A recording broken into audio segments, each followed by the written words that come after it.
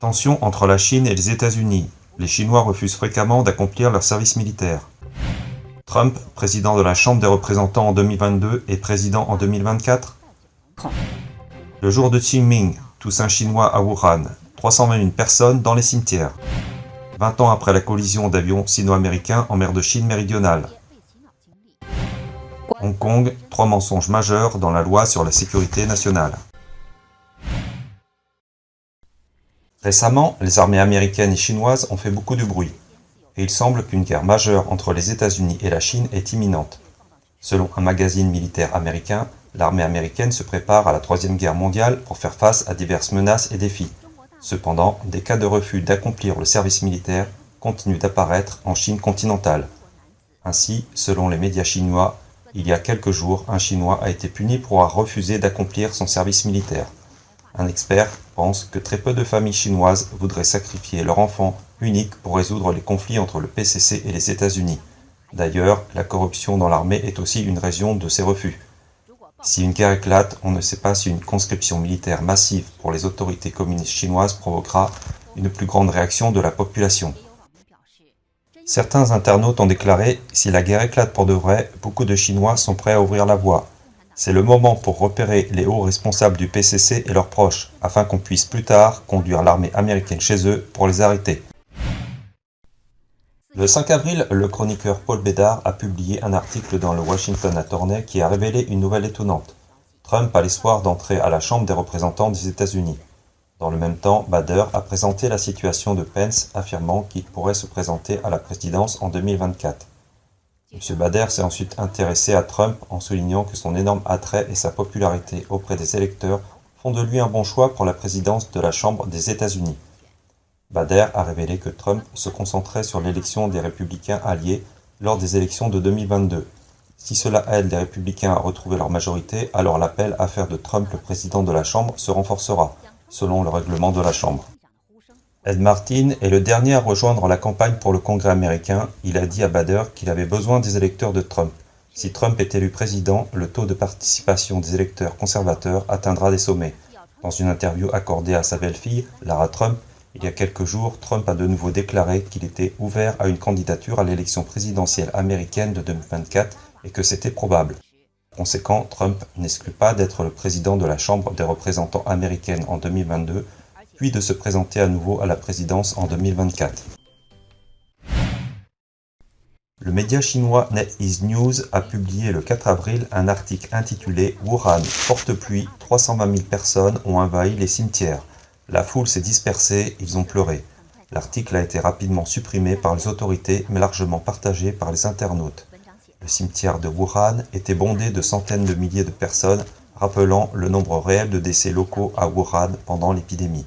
Selon les chiffres officiels, au 16 avril de l'année dernière, 3 869 personnes étaient décédées à Wuhan à cause de l'épidémie.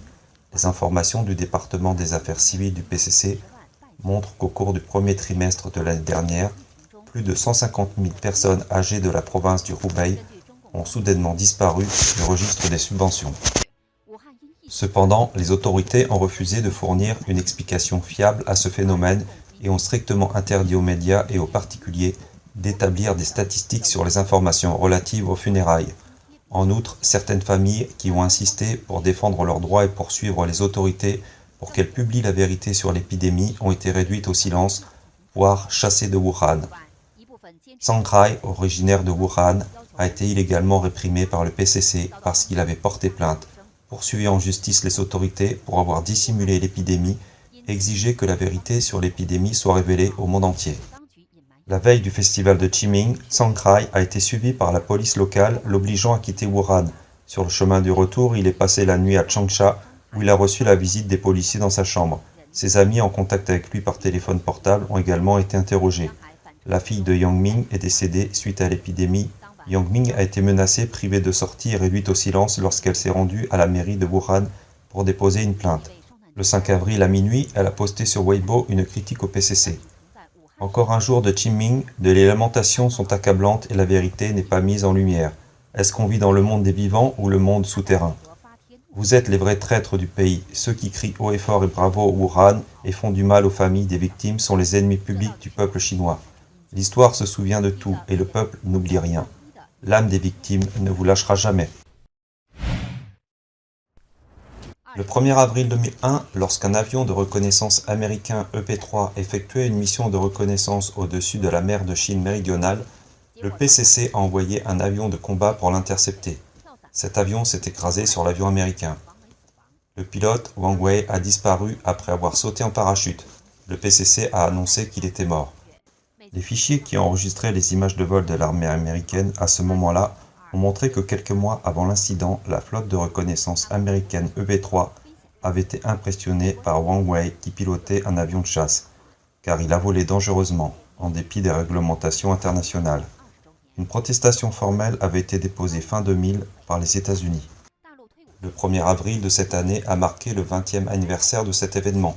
Les principaux médias du PCC ont commémoré Wang Wei de manière très médiatisée. Il y a quelques jours, le vétéran chinois M. Chen a dit aux médias que face à la crise du détroit de Taïwan, le PCC met en avant Wang Wei afin d'inciter les Chinois à mourir pour le parti comme Wang Wei. M. Chen a révélé que sous le contrôle du PCC, les soldats chinois subissent tous un lavage de cerveau et regardent régulièrement des films de guerre qui les incitent à sacrifier leur vie pour le pays comme un héros. Mais en réalité, ils ne meurent pas pour le pays, mais plutôt pour les cadres du PCC privilégiés. M. Chen a déclaré que la propagande du PCC a rencontré de grandes difficultés, car les gens ont plus de sources d'informations et comprennent que les pays démocratiques apprennent aux gens à bien vivre. Seuls les pays de dictature demandent aux gens de mourir pour le pouvoir et les intérêts des dirigeants. Yao Cheng, un ancien officier du PCC qui a servi avec Wang Wei dans la 2e division de l'armée de l'air navale, a déclaré à Radio Free Asia qu'il doutait que Wang Wei soit encore en vie et que les prétendus martyrs ne sont que la propagande du parti. Ils sont sacrifiés pour maintenir le pouvoir du parti.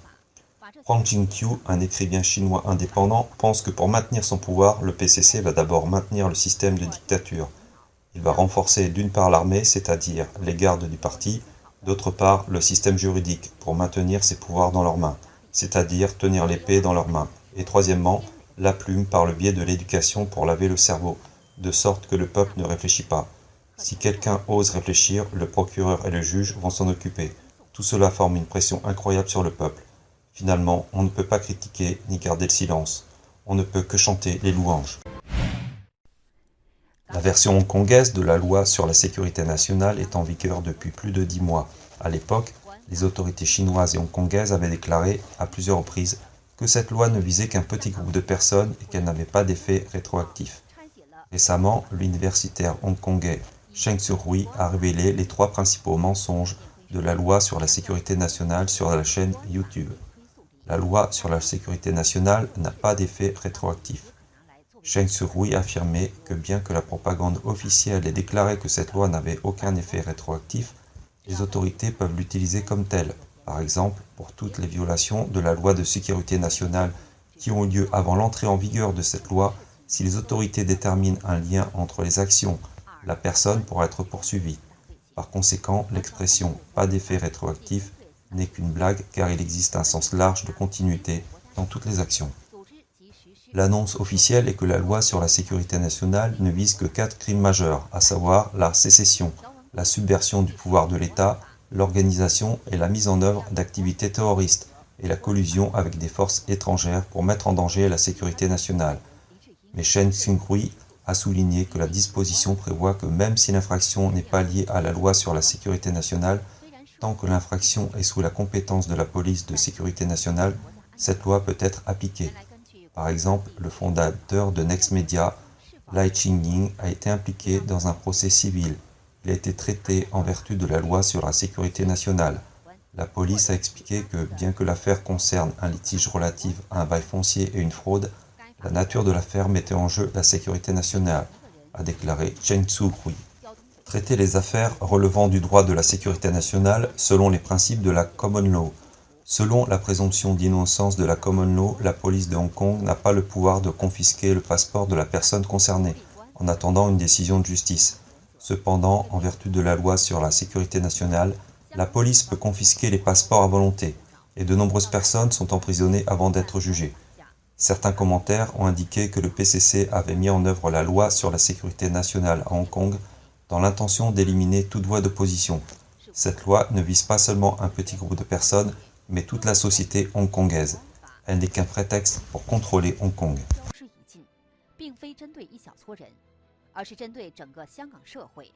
所谓的国家安全，只是一个冠冕堂皇的借口。